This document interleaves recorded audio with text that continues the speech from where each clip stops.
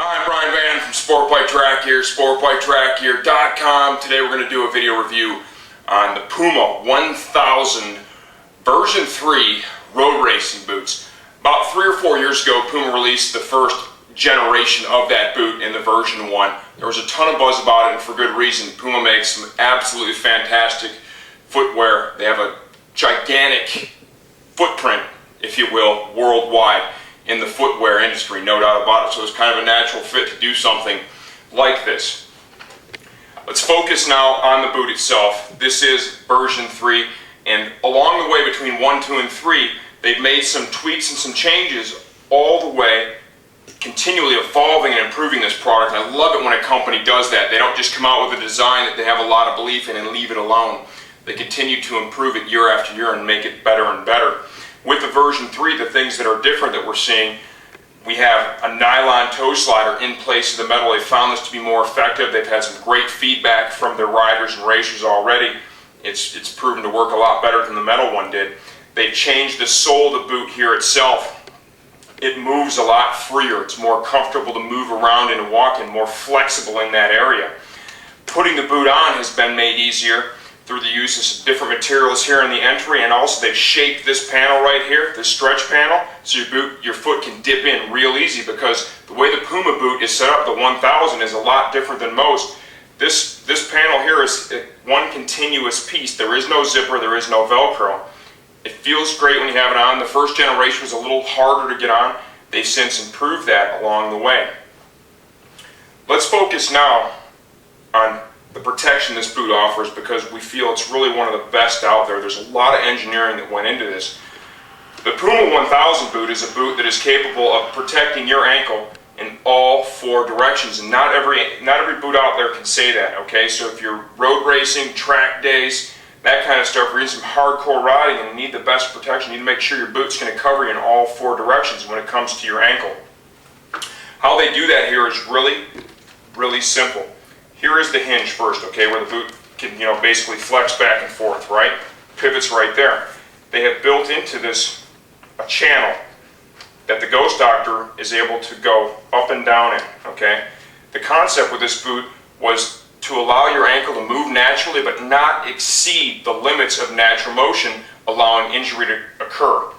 How they do that for lateral, which is the side-to-side stuff, is by using that channel and then having mechanical stops down here. You'll see kind of the end of the Ghost Doctor. Can you get that right there, Jeff? The end of this finger of the Ghost Doctor can only move down so far, and then it hits the bottom of this channel, and that stops all movement. In order for that to even happen in the first place, first it has to travel in the channel that it can slide up and down in. Then some of these pieces have to flex a little bit, okay, to get it to even come down in that direction.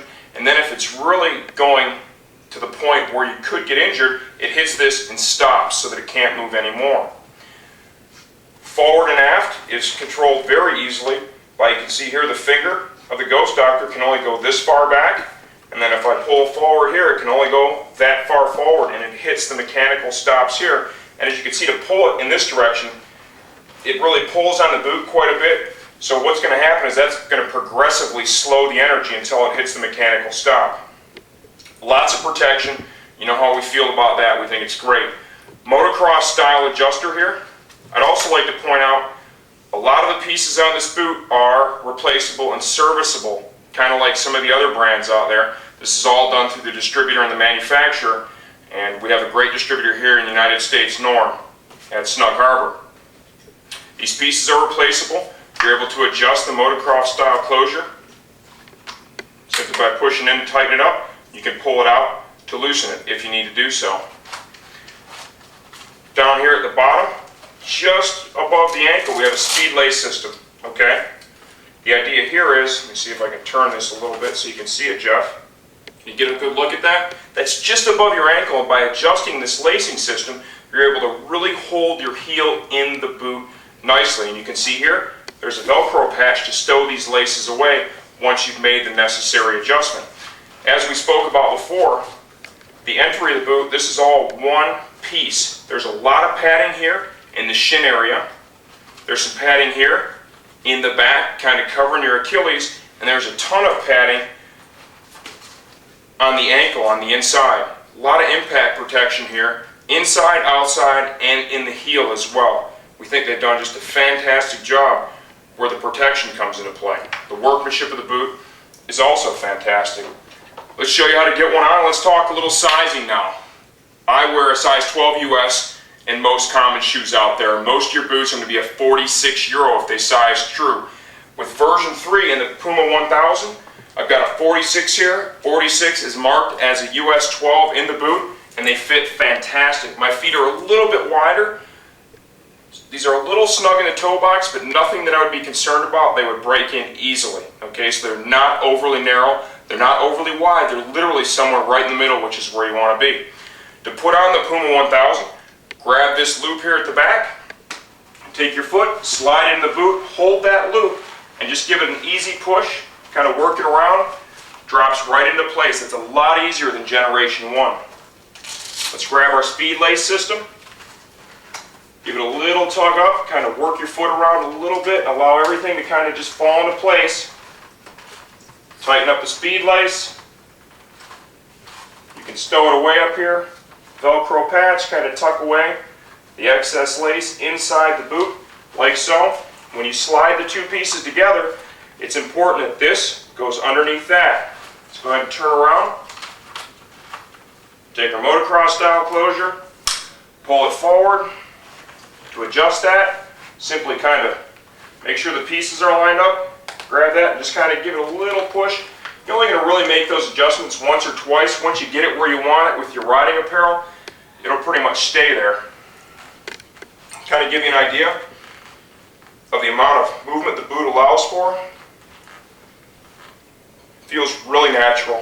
One thing I will note with the Puma 1000 boot, this is kind of the position that the boot really wants to force you into, more of an athletic riding position, okay, with a little bit of forward angle like you see there. Perfect for sport bikes, track days, road racing.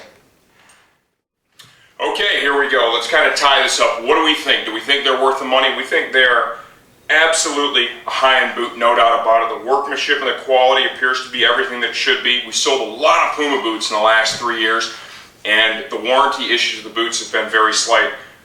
It's everything that it should be. The improvements that have gone into it for version 3, we think they're fantastic. I personally would love to get a pair of these. You hear that, Norm? Love to get a pair of these, riding these things this year, and kind of do an evaluation a little bit more long-term style and see how they hold up. And as we all know, I can't seem to keep it up on 2 wheels very often, so I could probably do a really nice crash review too.